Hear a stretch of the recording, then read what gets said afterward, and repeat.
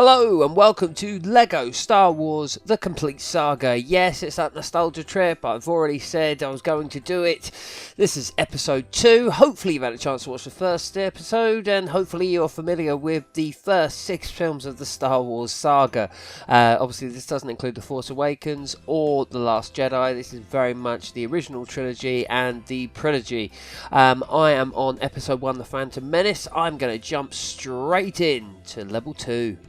Right, as I said before in the first episode, because basically everything Star Wars music is entirely copyrighted beyond belief, and I don't want a copyright strike, yeah, you're going to get me doing all the sound effects like pew, pew, pew, and yeah. Unfortunately, I will be putting the cutscenes in, but I can't put the music on, which is devastating because it is what makes Star Wars so awesome. Part of what makes Star Wars so awesome is the amazing music. But we're going to jump in. We're on Naboo. Hopefully, if you've had a chance to watch, the Star Wars trilogy. I say hopefully. This isn't the greatest Star Wars film of all time. Yeah. So for any of you youngsters that watched The Last Jedi, haven't watched the new, didn't really like it, your disappointment is nothing compared to when The Phantom Menace came out. Anyway, let's get some robots done. Right, so just in case you haven't, it's been a while since you've watched The Phantom Menace. It's been a while since I've watched it. But this is the level where we meet the most useless character in the Star Wars universe. Yes, Jar Jar Binks. So, if I remember rightly, we are going to reach him in a minute. He's actually a useful character here. Even though in the films he's not useful in any way, shape or form. In fact, he is about as annoying as they come. He is quite useful here because he can double jump, which is a rarity for most of the characters. Right, here we go. I think we found him. There he is! Boo! Run him over! Run him over!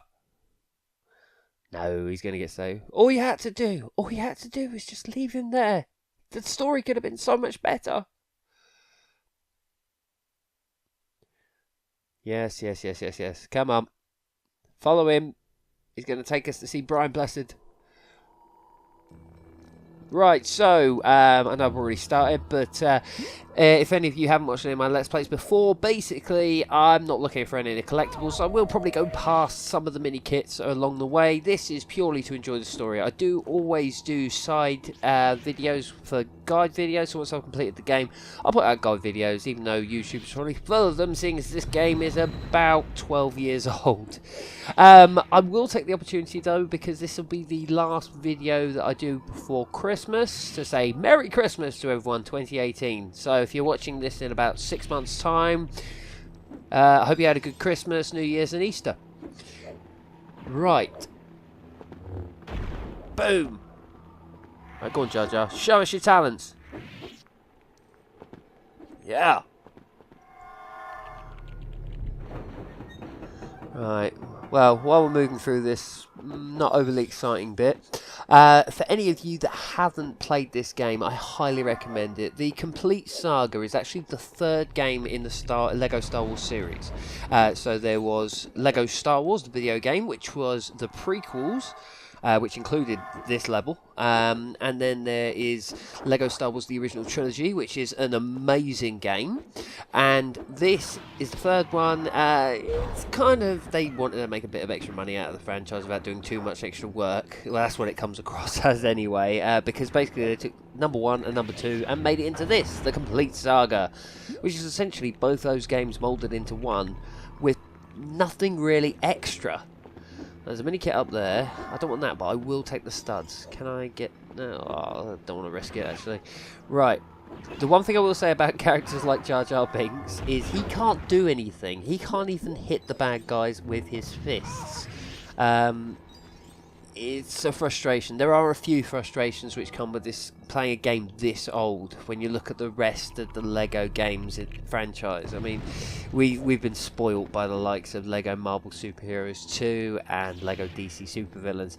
This one, like for example, if you want to change character, you have to be physically stood next to them. You can't just press a button and swap between characters. It's really quite frustrating. Apart from that though, I mean, the source material is awesome and so's this. Right. What are you doing in this one? No, you're not going to kill me. I have the feeling as well, it's because this is actually one of the hardest Lego games, as far as I'm concerned anyway.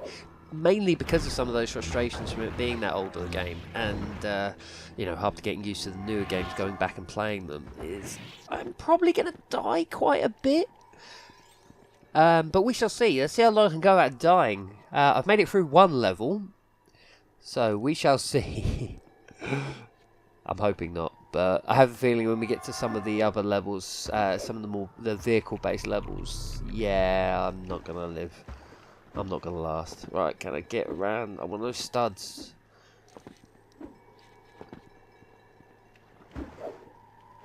That's right. This other thing over here, this is a power-up. I've not seen it in any other Lego game. Essentially, what it does is it speeds up all of your powers and attracts studs as well.